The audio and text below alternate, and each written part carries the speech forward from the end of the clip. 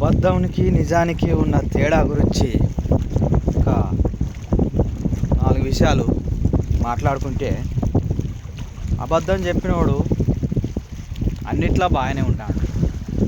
నిజం చెప్పినోడు చీత్కారానికి గురవుతుండు. అన్ని వేళలా అన్ని సందర్భాలల్లో ఒక పనికిరాని వ్యక్తిగా గుర్తింపు పొందుతాడు. ఉదాహరణకు చూసుకుంటే, ఇంట్లో ఫ్యామిలీ వాళ్ళు ఫోన్ చేసిర్రు అనుకో, మనం వాస్తవానికి ఫోన్ చేయగానే అడిగే మాట ఏంది, నువ్వు ఎక్కడ ఉన్నావు అని అడుగుతారు.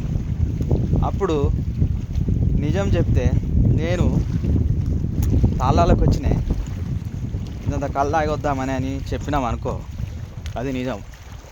అప్పుడు వాళ్ళు ఏమంటారు, ఎప్పుడు కళ్ళేనా, ఈ తాగుడికే నీ సంపాదన అంతా ఖర్చు చేయి, నువ్వు చేసిందంతా నీ తాగుడికే పెట్టు అనే మాట మాట్లాడతారు.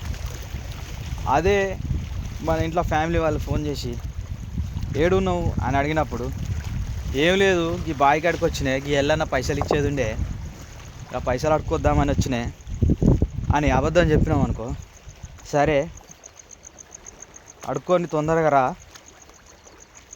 అని మనకు కూల్గా సమాధానం చెప్తారు. ఇక్కడ విషయం అర్థం చేసుకోవచ్చు, నిజానికి అబద్ధానికి ఉన్న అనుబంధం. నిజం చెప్తే ఎప్పుడు నిష్ఠూరమే అవుతుంది, అబద్ధం చెప్తే అది తీయగా ఉంటుంది, ఎదుటి వ్యక్తులు దాన్ని ఆస్వాదిస్తారు.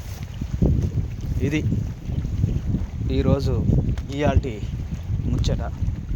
ఇక నేను గన్పూర్ రిజర్వాయర్లకు వచ్చిన అట్లా పొద్దుగాల తలపులు వేసుకొని అట్లా వ్యాయామం చేసుకుంటా, వాకింగ్ చేసుకుంటా వచ్చినాయి.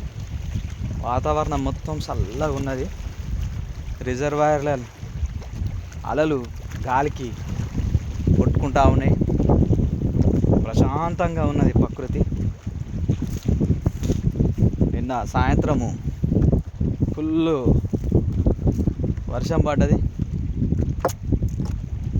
ఇప్పుడు కూడా వాతావరణం అంతా మబ్బుగానే ఉన్నది.